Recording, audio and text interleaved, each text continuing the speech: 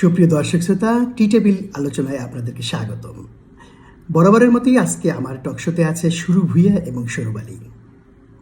আমরা আজকে আমাদের আলোচনা পর্ব 3টি পর্বে ভাগ করেছি। প্রথম পর্ব বিনোদন জগৎ, এবং পরবর্তীতে হচ্ছে দেশের বর্তমান রাজনীতি, এবং সর্বশেষ থাকবে একটা ছোট স্বাস্থ্য টিপস।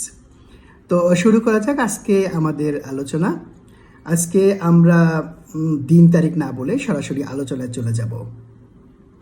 প্রথমেই আপনাদের জন্য একটি ভিডিও ক্লিপস দেখুন। ভিডিও ক্লিপসটা। সব তালাক হয়ে গেছে, আমি এখন সিঙ্গেল।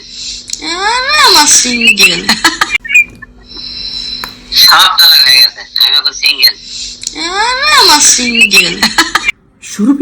সরুব আলী, তোমরা দুজনেই ভিডিও ক্লিপসটা দেখলে এখানে দেখা যাচ্ছে যে আমাদের হিরো, যা কিনা বাংলাদেশের একমাত্র হিরো, মানে তুমি যদি গুগলে সার্চ দাও হিরো লিখে, তাহলে বাংলাদেশের একমাত্র হিরো আসবে হিরো আলম। সে হিরো আলম কিনা বলছে তিনি সিঙ্গেল, এবং কার সাথে বলছে? যে কিনা তার এক্স ওয়াইফ ইতির সাথে। তো আমি আসলে এই মুহূর্তে আইস্কুল, আমি বুঝতে পারছি না আমি কী বলবো। মানে তোমরা আরেকবার ভিডিওটা দেখো, দেখো প্লিজ। সব তালাক হয়ে গেছে, আমি এখন সিঙ্গেল। আমার সিঙ্গেল। সব তালাক হয়ে গেছে, আমি এখন সিঙ্গেল। আমার সিঙ্গেল। তো সরুব আলী, তুমি তো ভিডিওটা দেখলে যে হিরো আলম নিজে বলছে তার এক্স ওয়াইফের সাথে যে সে হচ্ছে সিঙ্গেল। মানে আমি তো এই মুহূর্তে স্কুল, মানে আমার কোনো ভাষা নাই। মানে এটা কি কোনো হিরো আলমের কৌশল যে না সে সিঙ্গেল বলে আরও নতুন নায়িকা সে তার বা জিএফ আনবে? কারণ আমরা তো দেখতে পাচ্ছি সোশ্যাল মিডিয়া ওপেন করলেই যে হিরো আলমের শত নায়িকা এবং তার গার্লফ্রেন্ড আছে, সেখানে কিনা সে বলছে যে সে সিঙ্গেল। মানে আমার কোনো ভাষা নাই, তুমি বলো সরুব আলী, তুমি বলো কি ব্যাপারটা কি? আসলে হিরো আলমের ব্যক্তিগত জীবন এবং সোশ্যাল মিডিয়ায় তার ইমেজ সম্পূর্ণ আলাদা হতে পারে।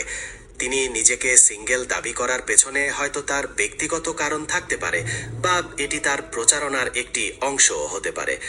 সোশ্যাল মিডিয়ায় আমরা যা দেখি সবসময় তা বাস্তব নয়, তাই এই নিয়ে নিশ্চিতভাবে কিছু বলা কঠিন। আপনি কি মনে করেন এটি তার কোনো নতুন কৌশলের ইঙ্গিত?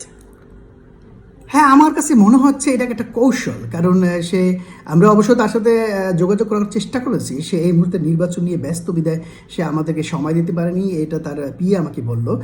কিন্তু এটা মানে আমি আসলে আমার মনে হয় এই ব্যাপারে হিরো আলমের একটা ব্যাখ্যা দেওয়া উচিত যে মানে কি হতে যাচ্ছে, মানে ব্যাপারটা কি আসলে সিঙ্গেল। এটা তো অবিশ্বাস্য একটা ব্যাপার, মানে এটা তো হতে পারে না।